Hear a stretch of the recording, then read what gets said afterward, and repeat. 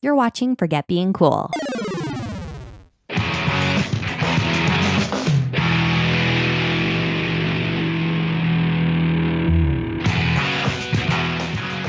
It's Forget Being Cool because John didn't turn it down for April 10th, 2020. My name is David Kean Moore. Joining me, of course, is my main man, my man on the internet, Johnny _Ravioli Xbox Casino Series X Casino, Johnny Casino. Dave, should we blame the person who is controlling it and knows when the music's supposed to come down, or should we blame the person who decided to bring the intro in before the music started coming down? I blame you, John, because it's and then the music goes down, and then we turn it down. It does that big like boom, and then we're good. Then we're going boom, and then I'm like, it's Forget Being Cool. Okay, but if you just wait till you start hearing it come down, because then you have that audio cue. John, consistency is key. The music should always come down at the same point. Well, consistency could also be key, that you should always start talking after the music comes down. You say that. What if I just wanted to come down after the down thing? Dave, let me tell you something, Dave. Let me tell you something, John. We made a podcast. It was called Let Me Tell You Something. No one ever heard it. Is that the one we recorded? That the show that we started doing where we were coming up with names of shows? No. Let Me Tell You Something was our show where we still get 1,000 news alerts in our Gmail inboxes every oh my day. God. Still. I turned those off. Oh, I didn't. That's dumb. Dave. Oh man, all I can think about right now, and I think I was telling Ryan about this when we were going for a walk yesterday, was we were talking about comedy, and he was trying to tell me that a joke is not good if you're laughing at your joke when you're telling it. And I'm like, I disagree. The funniest thing I've ever said, I was laughing so hard I couldn't speak. But no one else will ever hear that. Yeah. Well, here's what I was going to tell you, Dave. Here's my personal opinion of that, John. Okay. Because I just want to throw some beef at your son. Sure. I think if your own joke makes you laugh, then the joke is worth the joke. Well, I was telling you about this comedian, Chris. God, I can't think of what his last name is now, and it's killing me because I knew it at the time. Anyway, he's got a few Netflix specials. And he's up there talking, and he's got this kind of, not serious face, but this kind of like weird, semi-joking serious face thing that he does about the comments he's making and whatever else. And then he starts telling some, and they're so funny that he's laughing as he's saying it, like he can't not laugh. And it made me laugh that much harder. Yeah, that's usually the case for me. Now, it's bad when you make a joke and laugh so hard that no one's laughing. Like, that's fine with me. There's a fine line. No, and then the joke is for you, and that's fine. There's nothing wrong with a joke that's just for you. But you also need to balance it out, that the quality of your joke, which is where I agree with your son a little bit, is, does it make other people laugh? It's okay if it makes you laugh. Okay, so how do you feel about Andy Kaufman? I have no opinion. Because you don't know who Andy Kaufman is? You are correct. Okay, so you need to go watch Man on the Moon. Okay. So it's Jim Carrey playing Andy Kaufman. So he was a comedian back in the day, did some different TV shows and whatever else. But his whole thing was like, I don't care what anyone thinks. If I laugh, that's what matters. And so he just does the bizarrest things. Like, he would come out of a grocery store or whatever and act like he didn't know what was going on and couldn't carry his own bags, couldn't speak English, get people to carry it for him. And he'd be like, oh, thank you. And then grab his stuff and go, like, once he got to his car. And just like these stupid things. He wrestled women in pro wrestling things. He made fun of like wrestling fans throughout like the Southeast. It was whatever made him laugh. And he ended up dying early. But Jim Carrey plays an amazing version of him. And then you need to go watch the documentary about Jim Carrey. It's called Jim and Andy. And see if you can make it more than 30 minutes into it. I couldn't, because apparently Jim Carrey did not break character like the entire time that thing was filming. And this guy had to have been super difficult to be around. So it's my little recommendations to you, Dave. Okay. Thanks for the recommendals. I appreciate it. You're welcome. Dave, this is what I was going to tell you, though. And we started talking about this before we started recording. I had to stop myself. Oh, okay. So I was thinking about this after, maybe a little bit after the first one, and definitely after the second episode we recorded after we came back recently. It's like, you know what I miss about doing this show is I miss not necessarily the doing it live, although that was always cool, especially if someone like popped in or whatever. Oh, there was never a lot of people. It premieres on YouTube. We had some people in our live chat. We should thank them. That's awesome. And it makes you wonder if we did it live, if that would happen. Well, when I posted it an hour earlier than that first time, no one showed up at all. I sat there by myself and watched our live premiere of our video, and no one communicated in the live chat. But the first day we came back, there was, all the familiar faces, Sean and Adam. Who else was in there? Something fish, something nerdfish, nerdfish. Something. Nordish? If it was Nordish, Look, I believe it's Gary Gray. Was that Gary Gray? Because I was walking. Nordish. I was walking to work and also watching our live chat. So, do you think? Mm-hmm. So what you need to do is actually watch it. You need to watch it twice. Like you need to watch it once, like right as it's coming out, so that you can be part of the live chat, and then you need to watch it again, like half an hour later, because if people aren't watching it the exact time you do, like if they start watching it 2 minutes after you do, then like you won't see their comments. No, the chat's happening in real time. It's happening at real time for me. The video. No, because it's premiering.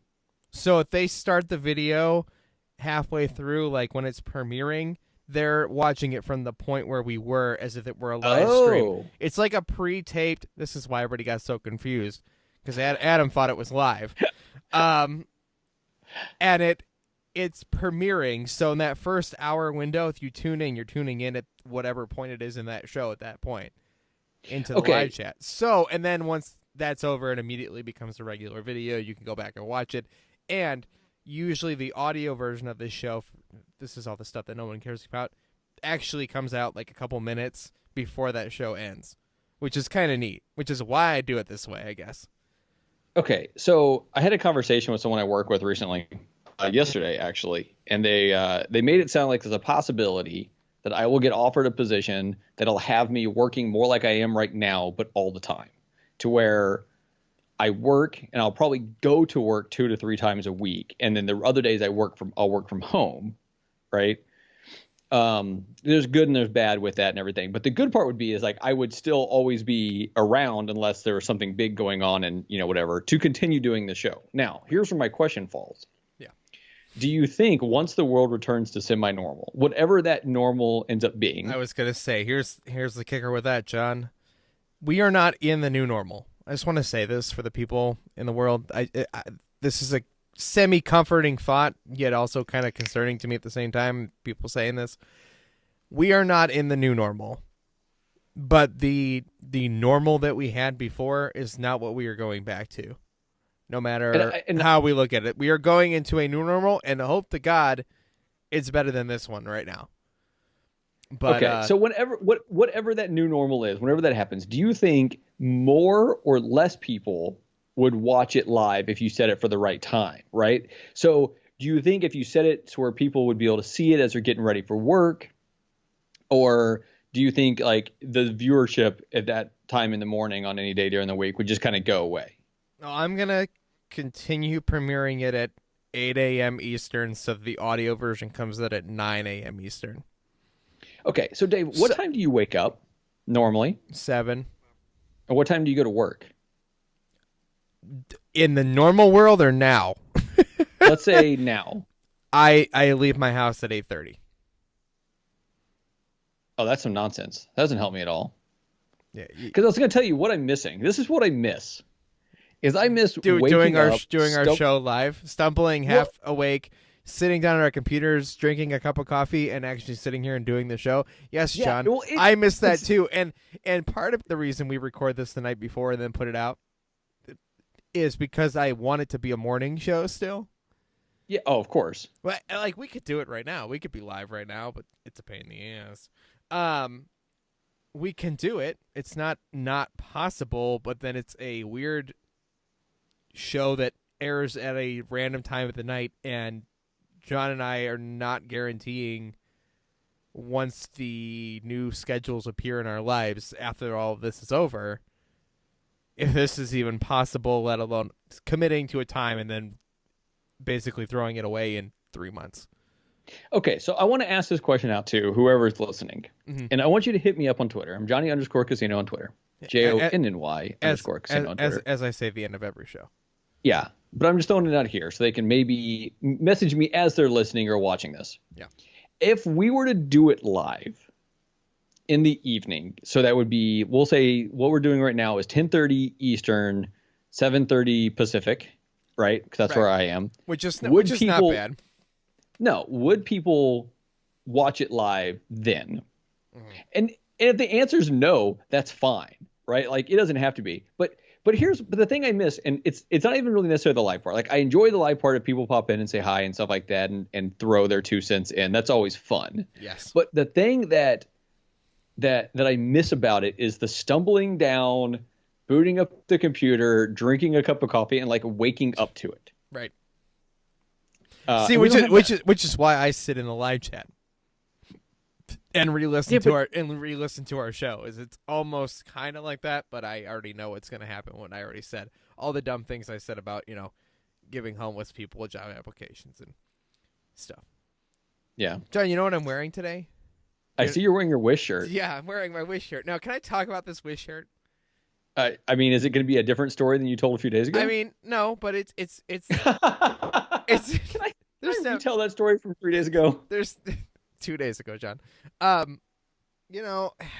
It's got this really cheap, like, wording, like the crappiest print on ever.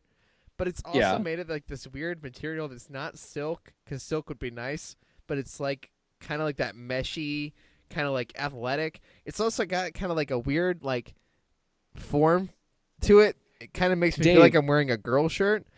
Dave, you are hugging yourself right now. This is awkward. You're welcome, John.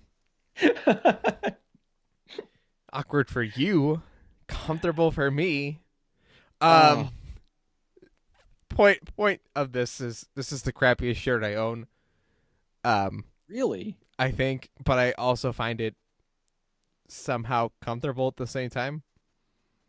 Because I don't wear shirts I don't like at all. Is that weird? No, I have a bunch of shirts and I keep moving around my closet. So I have 2 closets. I don't know if I've ever told you this. I have 2 closets in the master bedroom. Yeah. Mm-hmm. I know, humble brag. But my wife has the big one. And then there's this like small closet so there's a small closet off the bedroom and there's a big giant walk-in closet off the bathroom, right?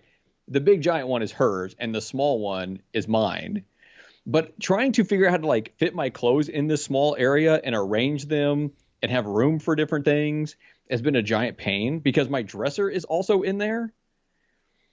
John, you're using your room wrong. Well, no. Here's the thing. Let's establish something. Let's establish something right here now. John is about to. What's that? John is about to complain.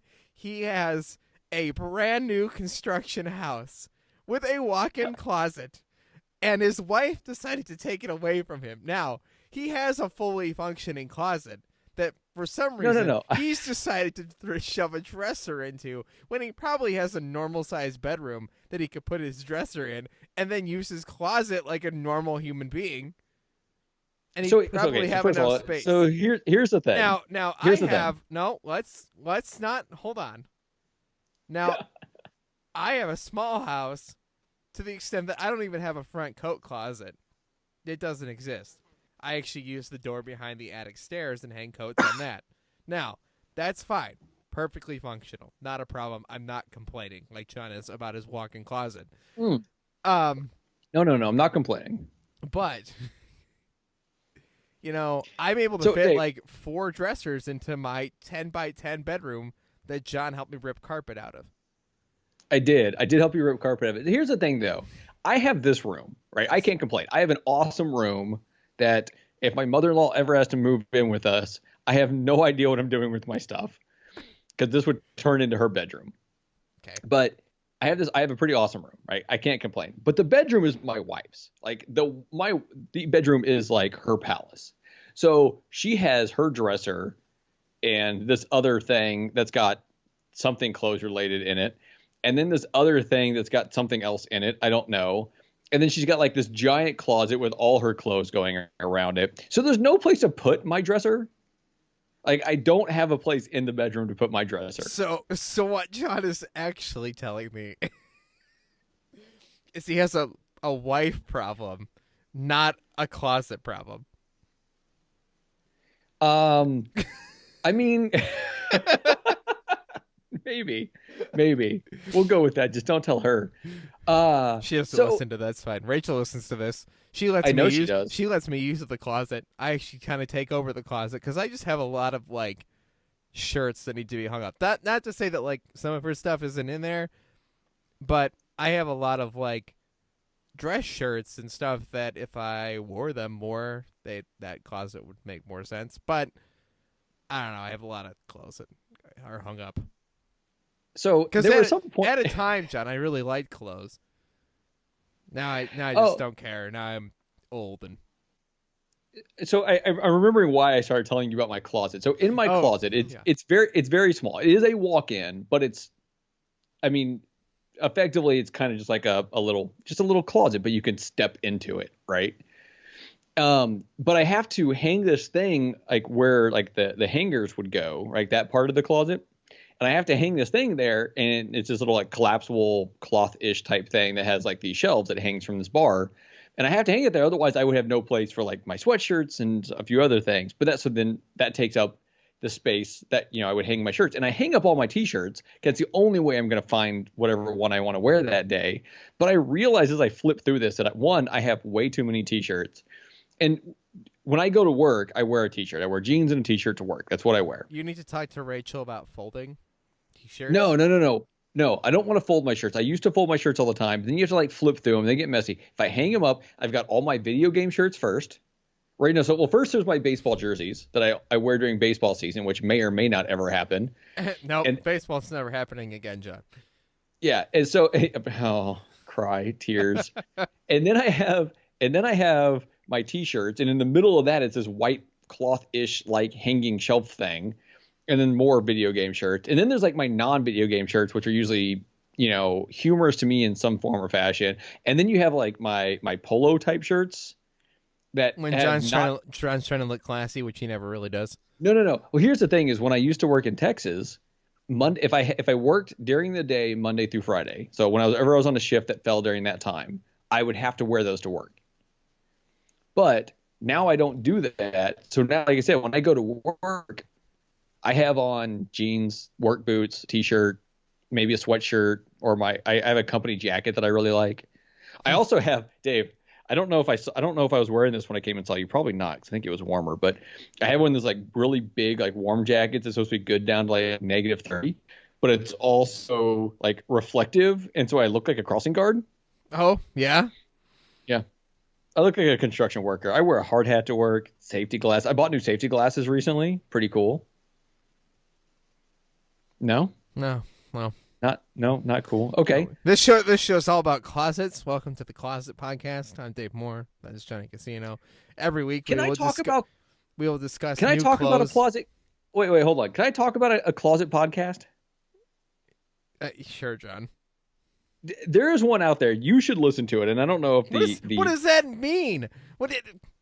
Okay, I'm no, ready. Hold on a second. Once I tell you what this is, you will understand. But you should listen to it. Specifically you, Dave, and everyone else out there should give this show a listen anyway. It's the Board Game Closet. So it's a board game podcast. Bugman Bradley's on it. What? And so what? Why do I not know? Oh, he did. Because you haven't listened to Radio's No, you're right. He did mention this, and I hadn't gotten around to it. Yeah. So I started listening to it at the first episode he came back. And I guess the show had been on hiatus, whatever. But I've gotten into board games a lot with my kids.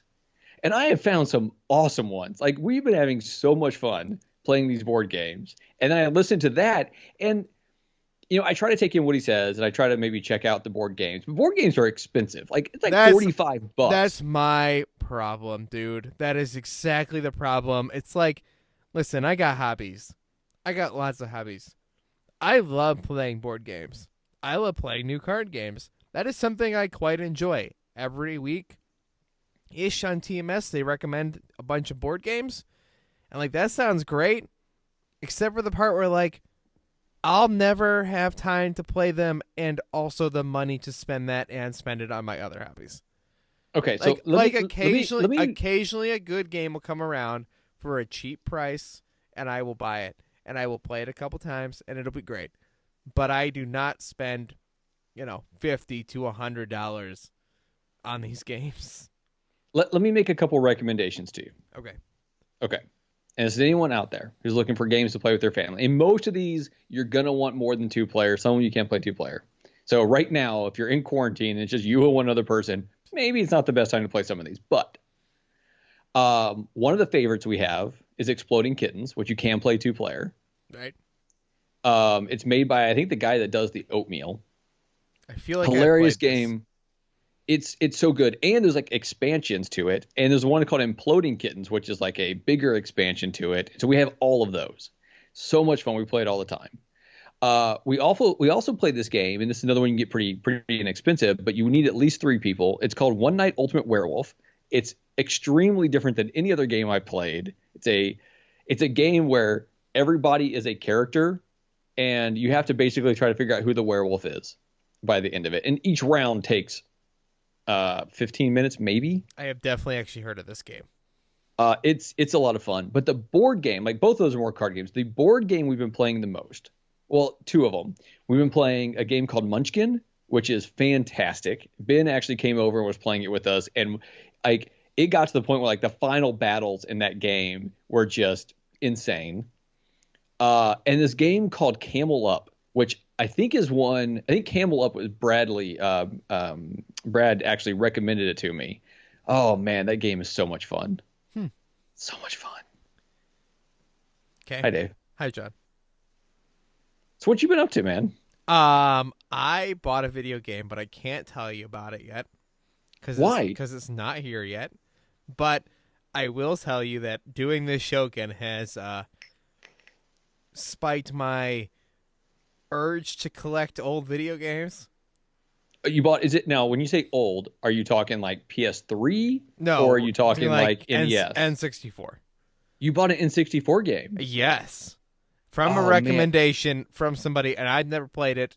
Seems totally up my alley. Is it a lesser known? I don't think so. I don't think it's lesser known. Did you eBay it? I did eBay it. So let's talk about that, John. Okay. Because that's really what I wanted to bring up. I bought very few things in my life on eBay. Okay. I bought a Guitar Hero dongle to reconnect a Guitar Hero guitar to Rock Band 4. Okay. I bought an N64 refurbished controller that's really, really, really nice. Like all the buttons feel really great, and the analog stick is not crap. It can't be anywhere near as good as my N64 controller. Do you have the oh god, what's it called? I can't think of what it's called. It's sitting right over here. The Super Smash. No. This one looks like almost like it's almost shaped like the Switch Pro controller. Yes. I bought one of these too, and it was one of the things that I threw in my boxes when I moved, because I got it like the week before I moved. I'm like, I'll just throw it in my box with my N64. I'll see it when I boot up my N64. Didn't even open the box. So that was I love that controller. I do too. Yeah, that thing is great. I think the only thing I've played with it is Star Fox 64 though. Nice. Yeah, solid game. That's like my defaultive, like always in my N64 game. That's it, dude. That's all I bought on eBay, and this one game that I've ordered that will be here soon and shipped today. So one thing I miss a lot about traveling. So a few things. I have not traveled hardly at all. One of the things I miss about it is, one, going to Pennsylvania because I have you and a number of other friends that all happen to be within driving distance of that spot. The other thing is anytime I travel somewhere, I go and look for retro game stores. I go to thrift stores, and I just try to find cool stuff. Yeah. Right. Which I'm extremely jealous of and would love to do. I also worry about these stores right now. Some of them are going to be fine. Most of them are going to be probably fine. But I worry. I very much worry. So, so here's the thing, though. Yes. Is I was in Wisconsin, and I've been to Wisconsin twice, and I was supposed to go again. Like, I think I was supposed to be in Wisconsin right now, maybe. You're supposed to be here like a week and a half ago. Yeah, I had like 3 trips right in a row with like a day and a half off in between the trips. Yeah. But I was supposed to be in Wisconsin, and I was looking forward to the trip to Wisconsin, although Wisconsin sucks, right? Like, and I'm not saying everywhere in Wisconsin sucks, but like the place that I go in Wisconsin is terrible. The only good thing about it is this pizza place called Toppers, which by the way has a tater tot pizza that is amazing. Okay. So, but I went down to this town. I went driving around. I was far away, a little bit further away from where I normally am, doing some work stuff. And I'm driving around, and I stumble across this place that says toys on the outside. It looks like it used to be an old house or something like that. And I walk in, and it's just like, it's like someone saved the greatest of the old toys and is selling them in this store. Wow. So I found all these G.I. Joe guys. I'd love this. Oh, it was the coolest thing in the world. So here's the thing: is my plan was to basically set money aside to go shopping there when I went back. But I haven't been back, and I don't know if I'm going to go back there ever again. And all I want to do is go to the store. So let me tell you about this store. Okay. Now you should just make a trip out there. No, I'm not going out to Menominee, Wisconsin just to go to the store, right? Like, no. So, but if anyone out there lives anywhere near Menominee, Wisconsin, find the store. I do not know what the name of it is. It's called Toys. It's Toys and Collectibles. So they have all these G.I. Joe, and not all, like, some of them have their guns and stuff with them. Some of them don't. I love G.I. Joe, but I'm not going to go buy G.I. Joe. No, because they had a bunch of. Because what are you going to do with G.I. Joe in 2020? What the heck am I going to do with my Pez dispensers? I put them up for display. Just like I would with but Joe. you're not about to start collecting G.I. Joes in 2020. Come on. I mean, if I found them for the right deal, I would. If I found them for like $3 a pop, I'd collect them all. Okay. But they need all their accessories too, which I'm never going to find them for $3 a pop with accessories. But they also had Mask, and the funny thing about Mask is I just gotten a hold of like the entire series of the TV show Mask, and they had a bunch of them there, but they were asking too much. They had some newer stuff and whatever else. They also had Dick Tracy toys, like from the movie Dick Tracy, which if you've never seen Dick Tracy, go watch. For the love of God, please go watch Dick Tracy. And it's one of my favorite toys. My cousin had them with all the accessories, and it's cool because they had little Tommy guns, but like the ones that were complete in box, like unopened ones, were like $10 a piece, which isn't bad, but not what I wanted to pay for it. And they had other ones that were like $2 a piece, but they didn't have any of the accessories. And I will tell you this. Dick Tracy, without his Tommy gun, is no good. No good. So pay $10, John. Yeah, well, I the problem is if I bought one, I'd want to buy one of every one they had. I would have spent about $80 or so on these Dick Tracy toys in box. And it's like I can't justify that. Then what? I can't justify that. What end? So, Dave, but here's the coolest thing, and here's the thing I was gonna buy if I went back, for sure. So $50. It was the Sega. Is it the Master System? What was it before the Genesis? Master System, Mega Drive. Well, I thought the Mega Drive was like the. Oh, you're right. So I think it's the Master System. You're right. It's Master System because this is the problem with Sega's consoles. Can I just complain about Sega for a minute? Sure. Their names are worse than the Xboxes. I'm just gonna throw it out there. Whatever. It's fine. It doesn't really bother me. But they had a Master System, complete, working, $50, which is cheaper than you're gonna be able to find it on eBay. Yeah. And I'm like, oh, I don't need this, but boy, do I want it. Because it looks not like the NES, but the controller is just like the NES controller, right? It's the 2 buttons in the D-pad. John, do we need any of it? No, not at all. Scott the Woz put out a video about video game collecting like this week, and just about how he loves collecting video games, but he has like all of them now, and he's like, man, like I don't even know why I have some of this stuff. He's like, I get like I know the reason I bought it, I know the reason I wanted it, but like I also could just sell it all and start over again, and part of that would be the fun of it. And I'm like, I agree with this idea at the same time as I would never do that. Dude, that is the equivalent of like hitting new game instead of continue on Animal Crossing. Like after playing it for like 2 years and collecting all the fish and stuff and starting over. No. Yeah, but see, his argument is like once you have it, like when obviously you could collect forever and there's endless amounts of games, but if you were to sit down and take all the systems you wanted games for, you were to make a list of things that you wanted and what you wanted them for what reasons, and once you had, most of those things within reason, obviously there's games that cost too much. Yeah. Like that you're never going to buy ever, like realistically.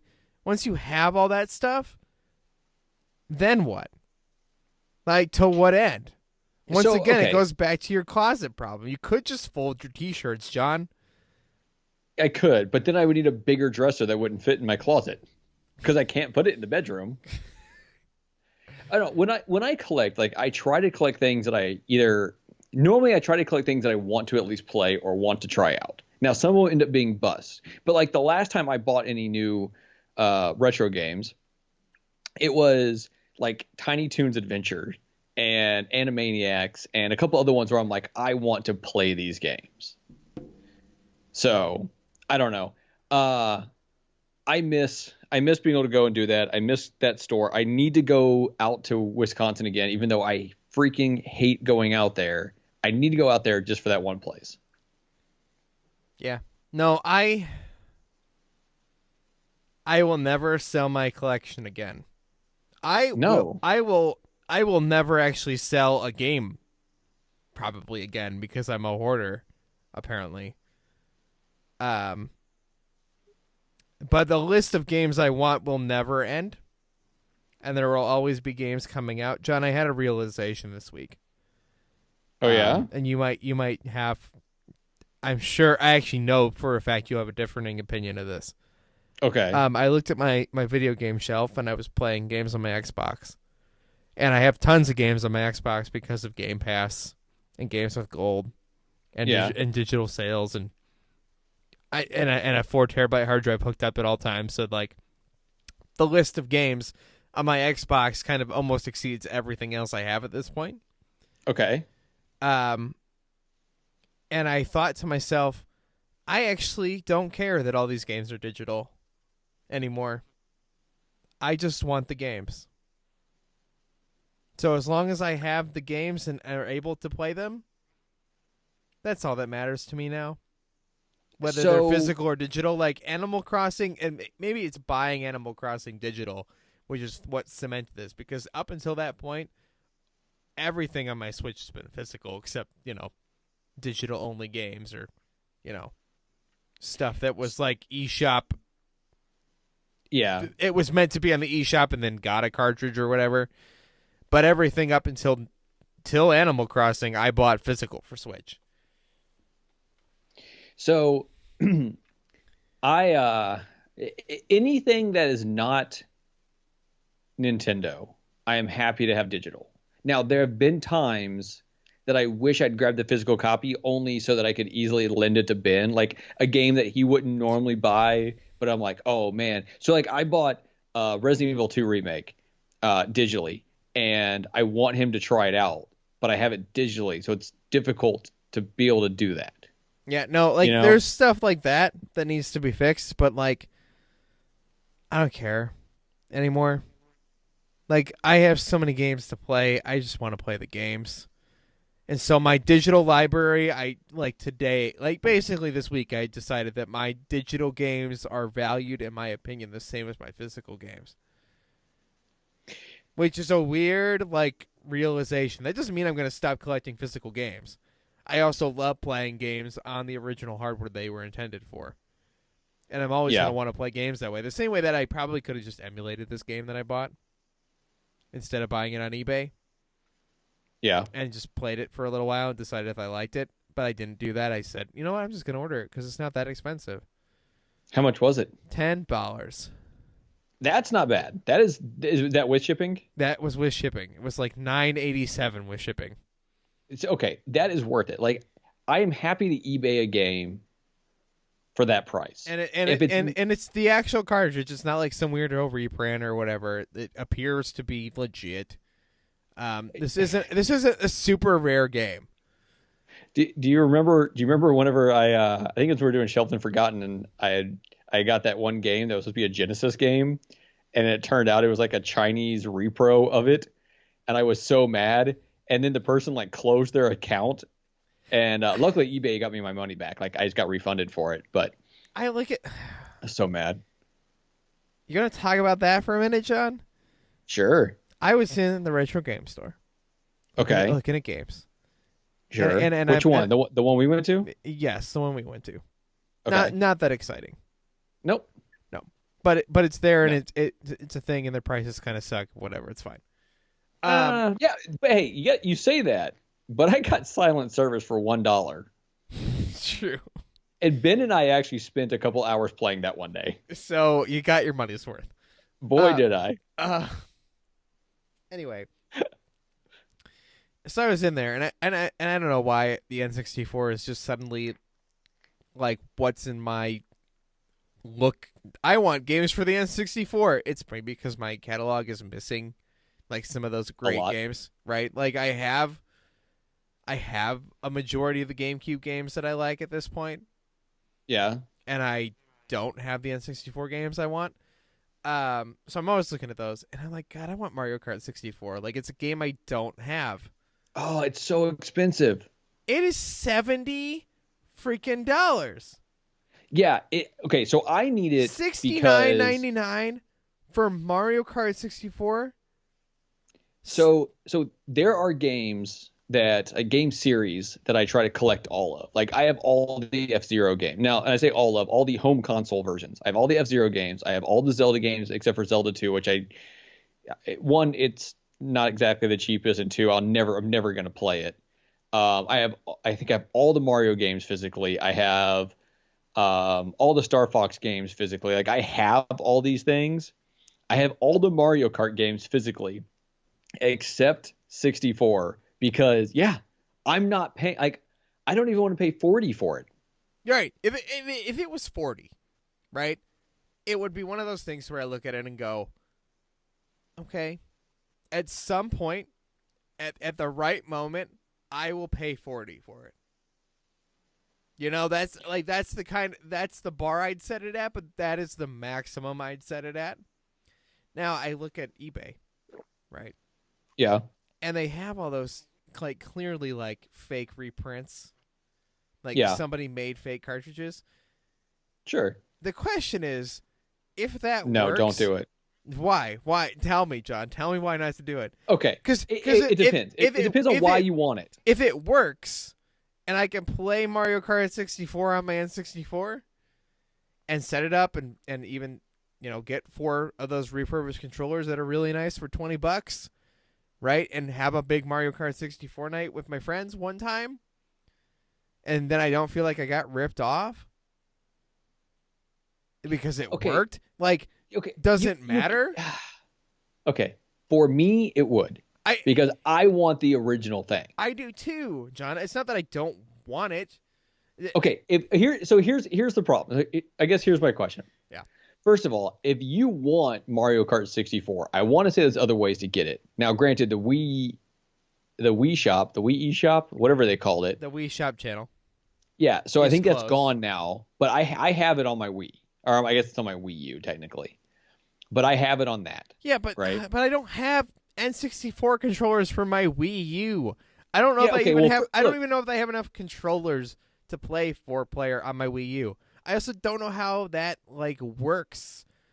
It works just the same. But I know. First of all, the N64 controller is garbage. I need to buy 3 Wii U Pro controllers then. Or you can get those cheap attachments that look like GameCube controllers for like $8 each. Yeah, the ones that plug into the Wii remotes. Yes. I don't know. I probably have two Wii remotes. Oh well, I can't help it. I Okay. have two. I have two Wii Remote Pluses, and then I probably have like four of like the old like launch Wii remotes.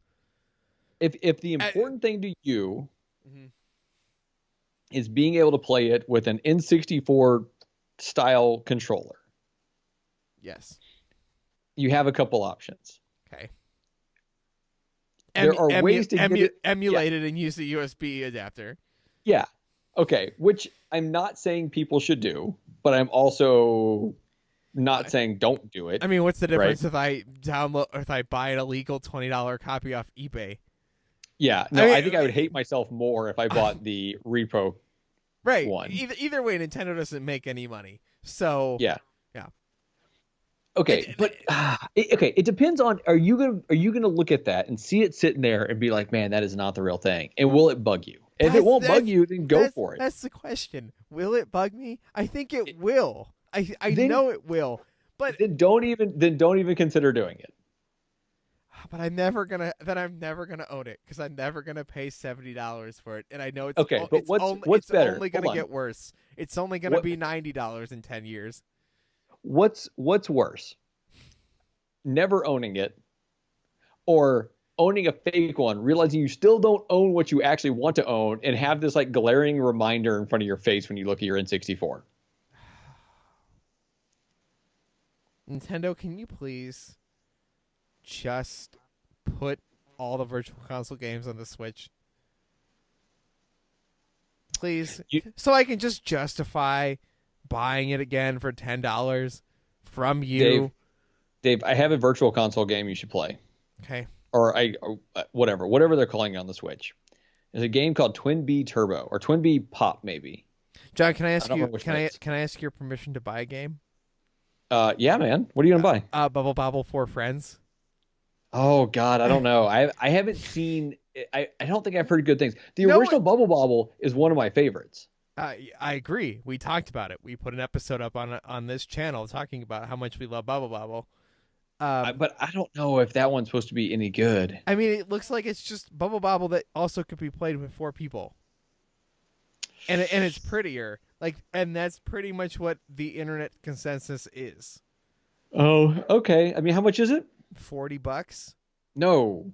Do not pay $40 for Bubble Bobble. God, no. Put that. Find some other dumb game you would have bought, and then put all that money together and buy yourself like an N64 cartridge and Mario. Mario. Yeah. 64. Yeah. Do that. Oh God, don't do that. So I had a realization this morning. What would you pay for Bubble Bobble for Friends? I don't know, 5, maybe 10. 5. I think I'll buy it when it's 15 on sale. If you're listening. I hope it does. I think that would just push me over the edge. I think I would just buy it then. I wouldn't have to think about it at 15. Yeah, if it got down to 10, I would do it. At 10, I'd buy me a copy and buy you a copy. I would be able to buy myself one at that price. I'm gonna rearrange my retro systems, Dave. I acquired a large old CRT TV. I have not made the space for it. I don't know if it was in my garage the last time you were here or not. It's been in my garage. I have everything hooked up except the Super Nintendo and the NES because I just don't play them a lot. That's the one I play the most. They can be hooked up to my little TV on my bar. And it's not like they can't be hooked up. They're just not really hooked up. Yeah. And they're totally playable and everything's right there. It would take me 5 seconds to play it. But I want to move all that stuff to an old TV because it just looks right on an old TV.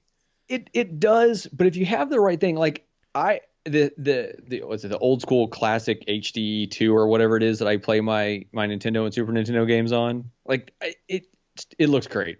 It's made to play on a modern TV. I love it. That's a console, not a that's its own original console with an HDMI out with the cartridge slots. Yeah. That's not hooking up the original console to an adapter that No, then no. goes to an HDMI, which works. It's fine. It just doesn't. No. It's not perfect. No, it's not. And I have these other things that do it from other ones, but here's what I'm going to do. So I was looking through trying to figure out how big of a control pad area I need for my arcade machine. So I bought the board for this to like cut it all out. And I bought the board just for the control part. And I was trying to figure out how big I need to cut it, like what shape and all that stuff. And I was looking through and I saw this idea. And it's the idea I think I'm going to start with, and I might turn it and change it eventually, but I'm going to basically build like a shelf the size of like the lower half of an arcade cabinet. Mm. And I'm going to put the shelves in there, and all my old retro systems are going to go in there. And then the top part of it is just going to be the controllers and the little computer and everything inside there. And then it's going to go to a mounted TV on the wall behind it. So it's going to be a bigger TV to play on. This is a very cool way to do this. I considered that as well. So it's yeah, it's also a little easier. It is, and I can use my 40-inch TV that I have sitting over here next to me as my screen for it instead of like a 20-inch. Right, and you're also because you're basically building a table at that point. You're kind of building a shelf, but you're not building a standing cabinet that has a mounted TV in the inside of it that then somehow has a computer underneath with the board and everything hooked up and wired behind. Like, it's doable, but like building a table with the controls on the top is a little easier. That then just gets hooked up to a TV. Dave, something just popped in my head. I need your opinion. Okay. And I think we might have kind of mentioned this when we were talking about the arcade stuff before, but until this thing is built, and probably for a month or so afterwards, it's going to come up at least for a minute or two in every show. Yes. So whenever I design where the buttons are going to go, do I need to leave a spot in the middle with a hole about this big to put the spinner ball in there so I can play was it Top Spin Golf or whatever? The only game I would want to play is also Top Spin Golf or whatever. Well, I'm sure there's like a Pong game that could use that roller ball. And there's oh god, what's the game that everybody talks about? I don't know. No. Pac-Man. Yeah, definitely don't want to play Pac-Man with a trackball. No, the only game I would want to play with a trackball is golf. But that game is so good. It is so good. This is why you shouldn't look at the tank stick, although you already bought the control board. Yeah, I never did look up this tank stick thing. I'm gonna look it up while you're talking to me. God, what is it called? X-Arcade tank stick. And okay, and that is just the controller board. You can buy it with whatever plugs you want it to plug it into whatever you want, the RetroPie or an old PC or whatever. And then you just build the cabinet around that control board, and that thing's great because it's got all the buttons. It's fine, and it's got the trackball. You get the fancy one. Yeah, but do you know how much it costs? Yeah, it's like $250. So it's $200. Yeah. First of all, I got a review score of like 3.3, which is not good. Where are you looking at this though? I don't know. It's the Google thing that popped up with a review score on it. On X-Arcade's website, I'm hoping. No, I have no idea. Anyway. Yeah, no, it's expensive. It's very expensive. Yeah, this whole thing is not going to cost me that. Well, the whole thing will because the RetroPie was $100, close. With all the plugs and adapters and yeah, memory but cards. Still, and, yeah. no, like it cost me like $40 for my controls and then $6 for the piece of wood. Right, like I'm good. Like I don't need to spend $200. You're gonna need more wood, John. No, but for that piece, sure. And that's all you get out of this tank control thing. Yeah, it's just it's just the top part. Yeah, that's no good. That's so good. There's another one I like better, but we can talk about that later if you want to talk about that. Okay. Anyway, John. Yeah. Do you want to tell me anything else? I was trying to think if there's anything else exciting to tell you, and I realized something today, Dave. I was doing some woodworking, and I don't have a part for my router. Like I have a hand router, and I don't have a part for it to if I could guide. Good luck getting a part right now. No, I could have. So I went on Amazon to try to find this part, and I found one for a DeWalt brand, and it was $15, and I could have had it today by 8 p.m. Right, like which means, I mean, I live by some big Amazon spots because I'm out here in Washington State, so it means one of them had it, and they would have just dropped it off as they dropped something else off for someone else, right? Something essential that they actually need. Yeah. So the next one ever gets toilet paper, I get this piece for my router. Still out of toilet paper, everybody. The entire world is out of toilet paper. But that one, mine can't fit that. That's for just nailed my mic. Mine can't fit that. It's for a different one. So I found the one that fits mine. So this one was $15, could have gotten it today. The one that fits mine was $56, and I couldn't get it until May. I'm like, come on. I could understand. It was like, okay, this one's in stock here. The other one's in stock in some other location. It's going to take longer to get to you because it's in another location and they're prioritizing things. Okay, fine. I understand that. But $15 compared to $56? Yeah. No. The world is so broken. I don't know what to do now. Like I have all these woodworking projects that I have time to work on now, and I need to get a table saw and I need to get a router thing, and I need to basically spend about $420 on power tools, and I'm like, now's not the time to be dropping $420 on power tools. Yeah, John, you're correct. Can we do a toilet paper update? Okay. I have plenty of rolls. Hey, so do I. I saw Scott C. Jones was posting a picture, and he just posted a picture of these 2 toilet paper rolls, and it's just like, and then there were 2. And then like shortly thereafter, he's like, and now only 1. And he said something about having, like, I don't know, a bad time with a burrito or something like that. So my daughter, and so this is the last thing I'll tell you here, Dave. My daughter has started taking the inside part of the toilet paper roll, like once the roll's done, and she started like putting like hair and stuff on, not real hair, but yarn for hair. And she's made this whole family. She's up to like 9 people and this like family of toilet paper roll people. I'm trying to get her to do like a stop motion movie with it, but I don't know what's going to happen. Why is she not posting these on your Twitter? I don't know. She has her own Instagram. Okay. So, all right, Dave. Anything else for me? No, but I do want to acknowledge my fear with the toilet paper thing, because there is actual concern. Okay.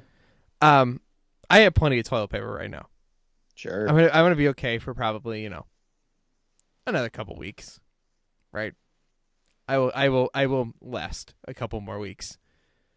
The shelves have not been restocked here, and when they have, it immediately goes away. Yes. Now, here's not my concern is not that there's a bunch of people who don't have toilet paper, because there's plenty of people who have way too much. Okay? Now I'm going to start running out at some point. And they'll restock the shelves.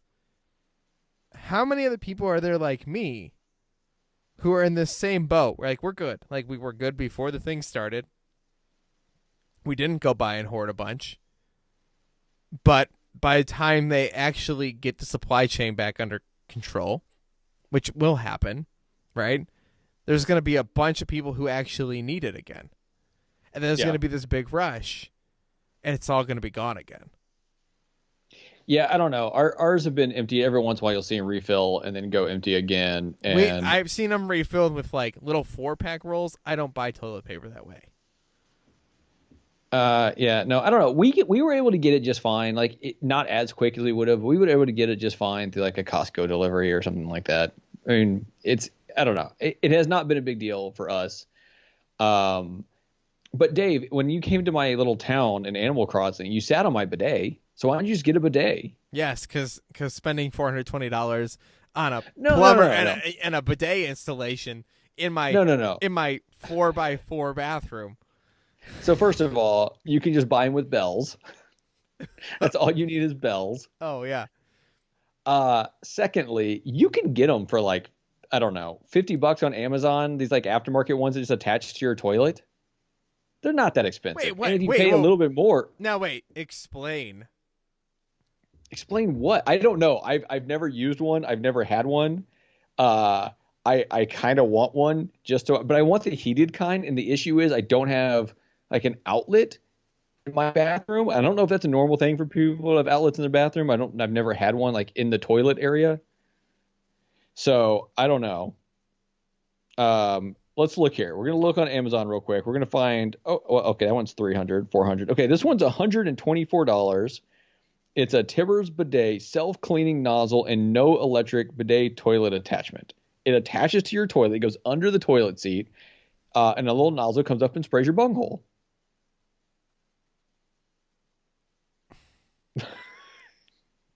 Sounds great, John. Here's a handheld bidet. Yeah. Okay, hold on a second. Can you imagine? Like, okay, I've never used a bidet. I've heard people say they're amazing. I've heard people say they don't care for them. You know what? Yeah. If you want to install a nice one in my house, if somebody wants to come give me a nice one, or if somebody wants to send me one from Wish.com. Okay. Oh my God, that could be bad though. That's why I said it. I'm willing to try it. It doesn't seem like a bad thing to me. There's a lot of things, John, that I feel like could be solved by that being done. A little bit of pressure, a little bit of warm water could do a lot of good down there. So here's the thing though, Dave. As I'm looking at a few of these, and the normal ones, it's like there's a button or a pump or something like that. I think it's like a button maybe that like opens a valve that allows the water pressure to spray you in the butt. And it sits right next to you on the toilet seat, like right off your toilet. But there's two of them that kind of make me wonder. One is the handheld, because if you think about it, at that point, you're having to like take the handle and like reach between your legs at like an awkward angle and like hose off your ass. Like, and then you have like dirty butt water spraying back down at your hand, possibly. Like, this doesn't seem like a good idea. No, it doesn't. There's no way to do this and not have some splashback on at least the bidet itself, right? Warm water spraying from underneath that immediately goes back down makes perfect sense to me. Having this like wraparound hose, not gonna happen. Okay, the other one is there's some of these that come with remote controls. Like, this is a smart bidet, and it has a remote control. So what you got to do is you got to steal it before someone goes in there and just start hitting the button. Is it wireless? The remote, the remote is wireless. That's a problem. It It should be attached somehow. Oh my God! No, it should be on a cord. No, it's way less fun. And it should redock back onto the thing so that it never gets lost. Can you answer a question for me that no one's been able to answer? Sure, John. So, you go to the bathroom. Uh-huh. You trigger your bidet, whether this be by reaching under yourself with a hose. At that point, just run a garden hose, by the way.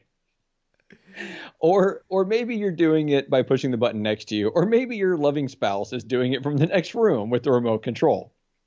Either way, your butt gets sprayed. Uh-huh. Then what? Like, do you keep a towel in there? Like, there has to be a next step. I agree. This is not a question I've ever had answered either. Do you just let it air dry?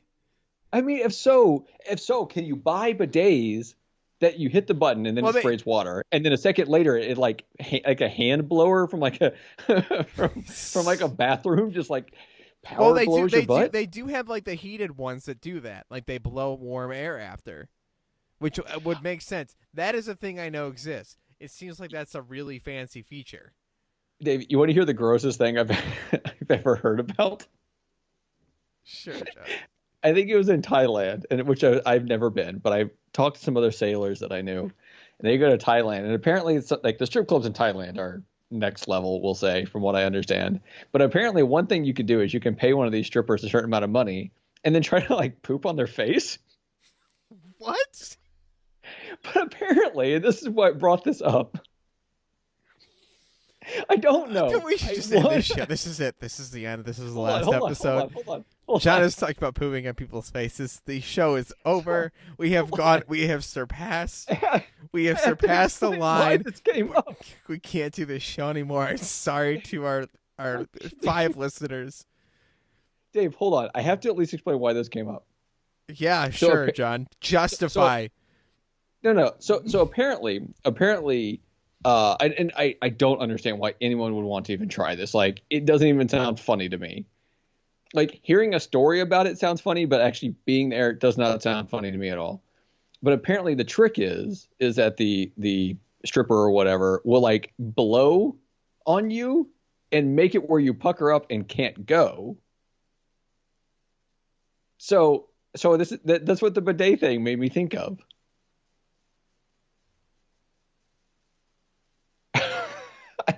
Dave is just like smiling at me in the weirdest way.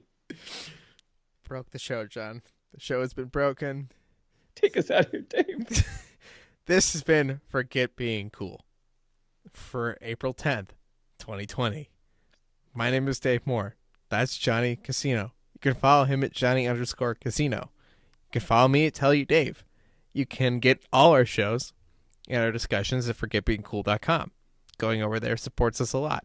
I'd appreciate it. You can buy our t-shirts at our shop, where I have to reconsider John knows about pooping on people's faces as a t-shirt possibility. Anyway, in the original version of this show, John and I used to play music. And so I've been talking to people because we're doing this show again. And I have a friend who started a band. John. Yeah. He comes up to me one day. He says, Dave, I'm going to start a band. I said, that's cool. He goes, yeah, we recorded our first song. It's really cool. I'm like, oh yeah? He's like, yeah, it's about conspiracy theories. We're gonna start a band, a punk band, all about conspiracy theories. Okay. The band is called, I'm going to say this name wrong. I already know it. It's that chemical that makes frogs gay. Do you know about this thing? Atrazine. This is the stupidest thing I've ever heard. But I heard about this about a year and a half ago. Right. Yeah, so they named their band this. Nice. I love this. This is their first track. Now, they were lined up to record or to perform this week. Like, legit, like they probably would have been, doing open mics playing their songs this week. But due to the world and where it is, they're not doing that. And they were going to release their demo after they get a couple more tracks out. And they haven't even done that yet. So you guys are getting like this first taste of this song. John. Yeah. I really like it. It's real rough, but it's kind of cool because it's rough. Okay. So this is Fake News by Atrazine. Atrazine. Dylan, please don't hate me. We'll see you guys next time here for Forget Being Cool and enjoy Fake News. Fake news!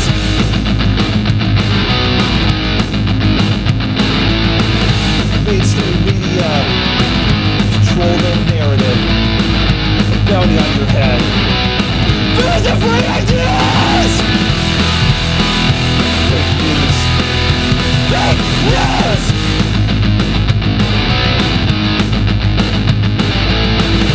Propaganda on your screen.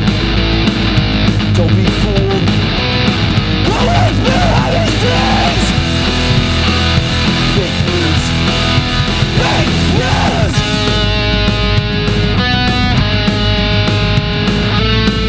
Truth is, kid, the game was rigged from the start. Fake news. Fake news.